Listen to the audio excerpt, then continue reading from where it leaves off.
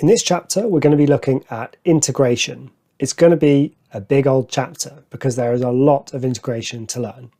We're going to start by just reviewing the integration that we already know, and then we're going to think about the things that we learn to differentiate in the differentiation chapter and what we learn about integration by thinking about that. Let's begin by thinking about the integration that we learned in Year 12. Well, in Year 12 we learned how to integrate things like x cubed. And we saw that to do that, we just raise the power by 1 and we divide by the new power. And we don't forget to plus c. Well, this worked, it turned out, for any power, whether it was positive or negative or fractional. So for example, we could integrate things like the square root of x. How? Well, we thought about this as the integral of x to the half. And then we can just use the same trick as before, which is the power goes up by 1, up to 3 over 2, divide by that new power, 2/3, and of course we plus c. And we could have negative indices as well, like the integral of 1 over x squared, because 1 over x squared is the same as the integral of x to the minus 2. So what do? Well, the power goes up by 1, we divide by that new power, and we don't forget to add c. So that's what we learned last year. What do we already know based on what we've differentiated? Well, here are a bunch of functions which we have just learned in the previous chapter to differentiate. The derivatives of all of these must therefore be things that we can integrate, because, for example, if you differentiate ln x to 1 over x, I now know how to integrate 1 over x. It's just ln x plus c. And we can go down and complete all of this list to add a bunch of different functions that we can now integrate. Well, here's an easy one. E to the x differentiates to e to the x, which means you can integrate e to the x. The answer is e to the x plus c. Sin x differentiates to cos x, which means you know how to integrate cos x. It's just sin x. Cos x differentiates to minus sin x, and therefore you can now integrate minus sin x, it's cos x. You could also integrate sin x, it's just minus cos x.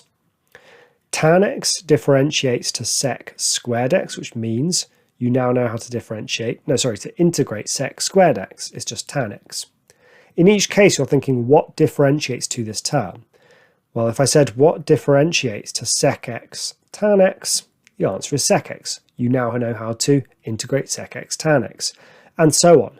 This full list of derivatives on the right hand side are all things which you could now integrate to get original functions on the left. Okay, so with that in mind, let's see if we can solve the following problems. Could we integrate sec squared x minus root x? Well, sure we could. These are all standard functions. Let's just rewrite that root x as a power. So x to the half. And now we can integrate it because the integral of sec squared x is tan x. And then here I just need to raise the power by 1, divide by the new power, and plus c. What about this one? A little bit trickier, but still manageable. So I can just split this up as 1 over cos squared x minus sin x over cos squared x.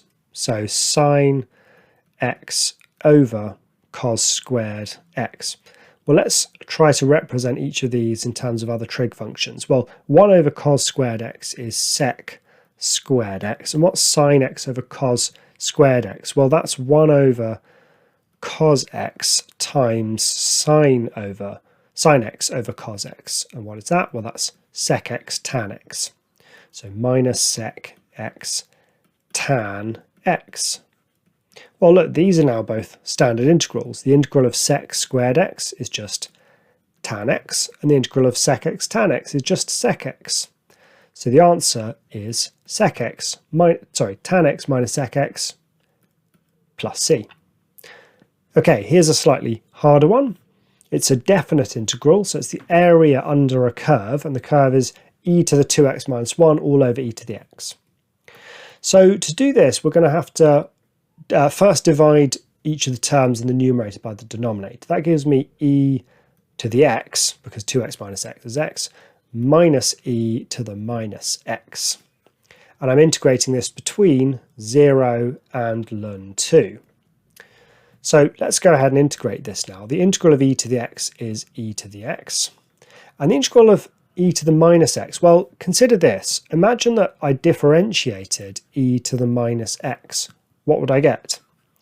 Well, I'd get a derivative of minus e to the minus x. And so, in fact, the integral, therefore, of minus e to the minus x is plus e to the minus x.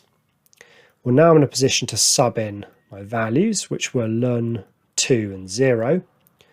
So if I sub in ln 2, I get e to the ln 2 plus e to the minus ln 2 minus e to the 0 plus e to the 0, minus 0, 0. So e to the ln 2 is just 2 by definition.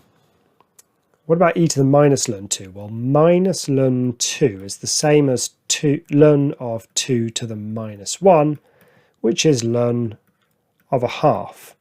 And e to the ln half, by definition, is a half.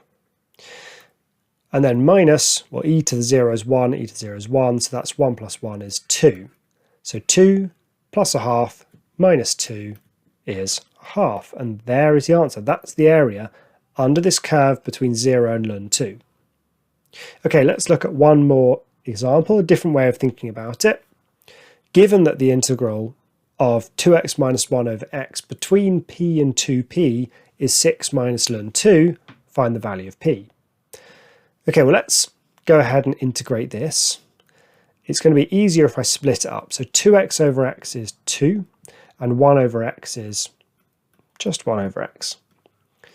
So what's the integral of this? Well, the integral of 2 is 2x, and the integral of minus 1 over x is minus ln x. And I'm subbing in 2p and p. Okay, if I sub in 2p first, I get 2 times 2p is 4p, minus ln of 2p. And now I subtract what I get when I sub in p, which is 2p minus ln p. Okay, let's expand this. I get 4p minus ln 2p minus 2p, minus minus is plus ln p. So in total that is 2p, and then what have I got here? Well, I've got ln p minus ln 2p, and log rules say this is going to be ln of p over 2p, and that's ln of a half.